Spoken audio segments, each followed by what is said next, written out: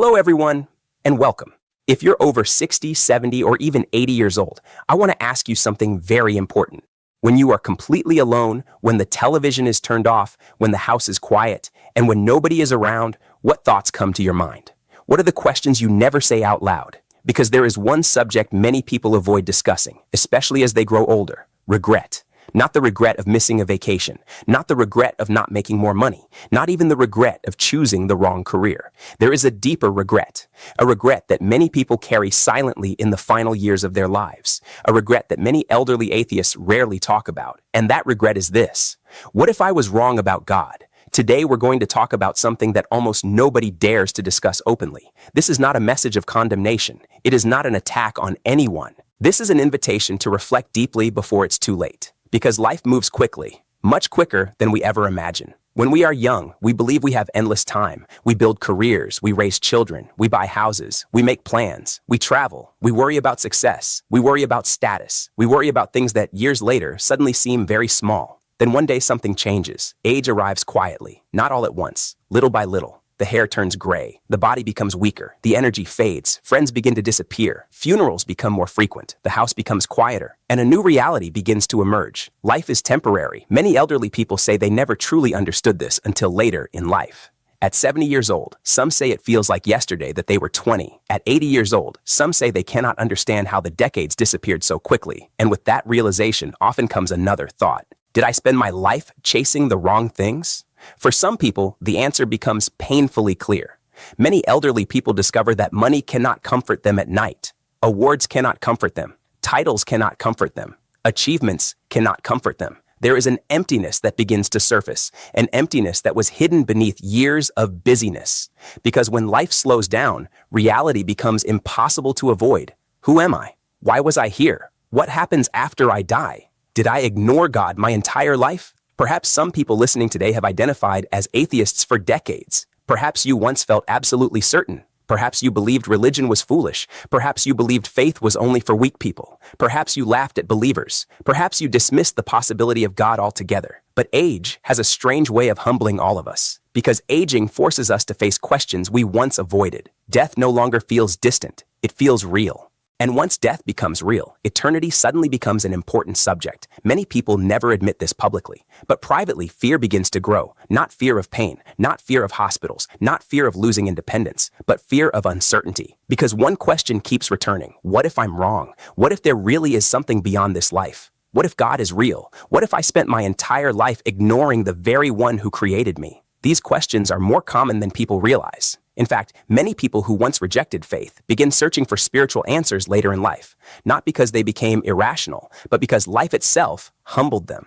The older we become, the more we realize how little control we truly have. Think about it. You cannot stop aging. You cannot stop time. You cannot negotiate with death. You cannot buy another decade. You cannot purchase immortality. The wealthiest people in the world eventually die.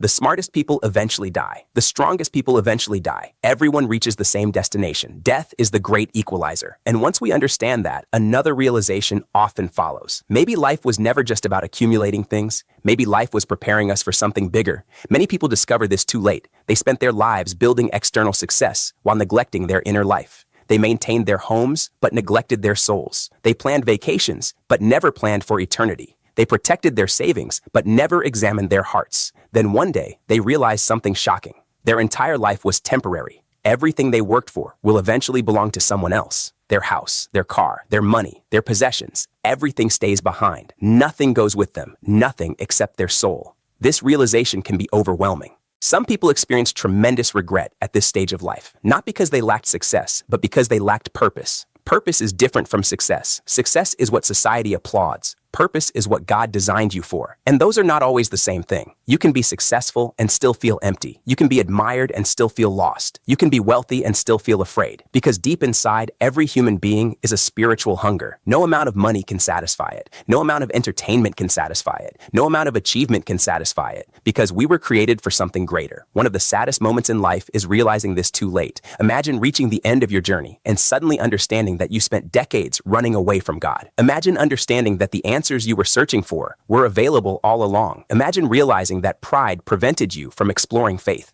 Many people never admit this out loud, but loneliness often reveals hidden truths. Older adults understand loneliness better than anyone. Sometimes the phone stops ringing, sometimes family members become busy, sometimes entire days pass in silence. And silence is powerful. Silence forces us to think. Silence removes distractions. Silence exposes reality. And reality often asks difficult questions. Why am I here? What happens after death?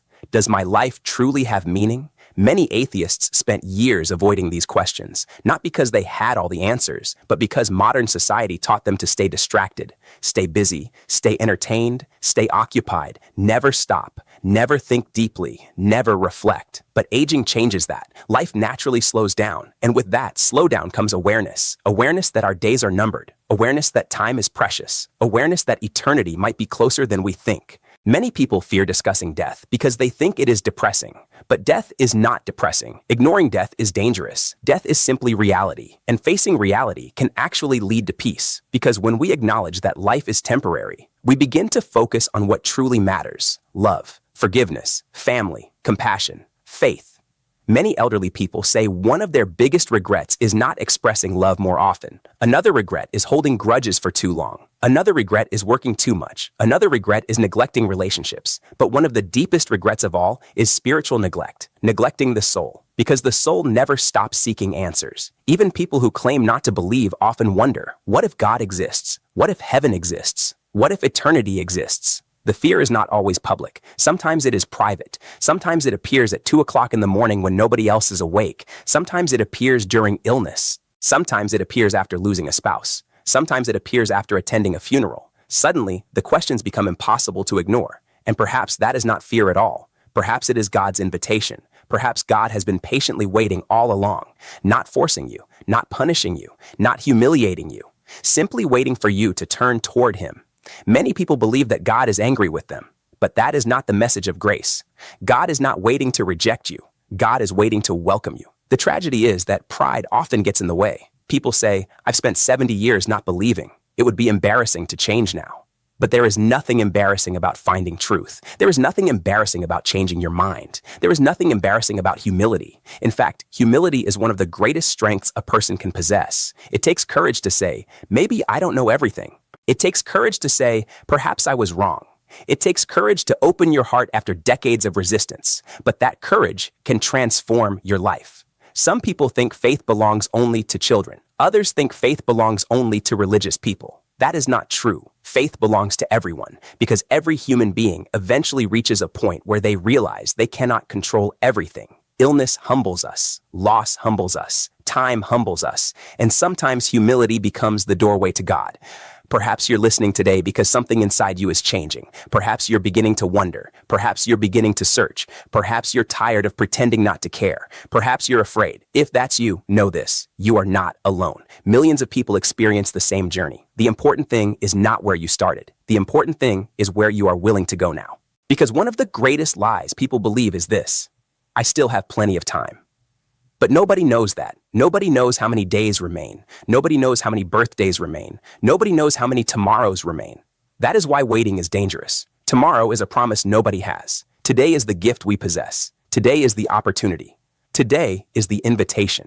And perhaps today is the day you stop resisting. Perhaps today is the day you begin speaking to God. You don't need complicated words. You don't need perfect theology. You don't need to become an expert. Simply open your heart. Simply be honest. Say, God, I don't know everything.